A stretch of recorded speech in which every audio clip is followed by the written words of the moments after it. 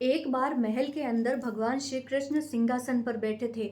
उनके पास में ही उनकी पत्नी सत्यभामा भी बैठी थी और गरुड़ भी बैठे थे और सुदर्शन चक्र भी बैठे थे।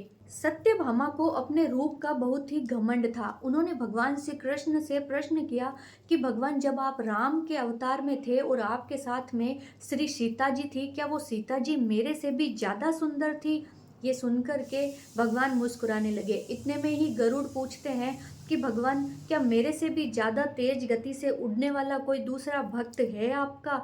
इतने में ही सुदर्शन चक्र बोलते हैं कि भगवान, बड़े बड़े युद्धों में मैंने आपका बहुत ही साथ दिया है, क्या मेरे से भी बड़ा कोई भक्त है आपका?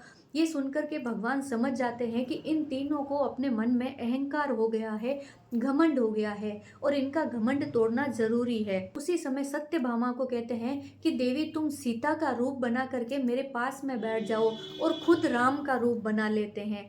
फिर गरुड़ को बोलते हैं कि जाओ, तुम हनुमान के पास जाकर के कहना कि माता सीता और प्रभु श्री राम उनकी प्रतीक्षा कर रहे हैं। इतना सुनते ही गरुड़ वहां से उड़ जाते हैं। फिर वह सुदर्शन चक्र को कहते हैं कि तुम महल के द्वार पर पहरेदार बन के खड़े हो जाओ और ध्यान रखना कि मेरी इजाजत के बिना कोई भी महल के भीतर नहीं आना चाहिए।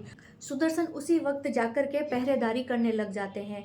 उधर गरुड़ जब हनुमान जी के पास में पहुंचते हैं पहाड़ों में और जाकर के उन्हें बोलते हैं कि भगवान श्री राम और सीता मैया ने आपको बुलाया है, तो हनुमान जी बोलते हैं कि आप चलिए, मैं आता हूँ। गरुड़ सोचते हैं कि पता नहीं ये बुढ़ा वानर कब तक वहां पहुंचेगा। वे बोलते हैं कि आप मेरी पीठ पे बैठ जाइए, मैं आपको जल्दी से पहुंचा दूंगा। हनुमान जी कहते हैं नहीं, तुम जाओ, मैं आ जाऊंगा। गरुड़ सोचते हैं पता नहीं कब पहुंचेगा, मैं तो चलता हूँ। वह उड़ते उड़ते महल पर आते हैं। जैसे ही गरुड़ महल के अंदर आते हैं तो क्या देखते हैं कि श्री कृष्ण और सत्यभामा जो राम सीता के रूप में बैठे हैं, उनके चरणों के पास में ही हनुमान जी बैठे हैं। हनुमान जी को भगवान के पास में पहले से बैठे देख करके गरुड़ का अभिमान चूर चूर हो जाता है।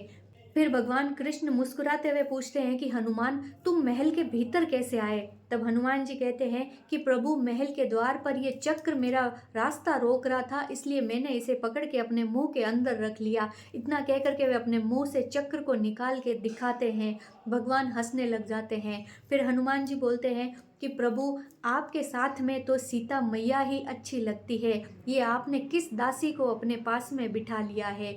ये सुनते ही सत्यभामा का भी घमंड चूर चूर हो जाता है। फिर सत्यभामा, गरुड़ और जो चक्र होते हैं सुदर्शन, वे सभी भगवान से माफी मांगते हैं और भविष्य में अहंकार ना करने की बात करते हैं। तो देखिए आप, अहंकार घमंड तो भगवान को भी पसंद नहीं आता है, उसको तो भगवान भी तोड़ते हैं। इसलिए कहते हैं जीवन में चाहे जो मिले, जितना मिले, जैसा मिले, कभी भी अहंकार नहीं करना चाहिए। जय श्री राम, जय श्री श्याम।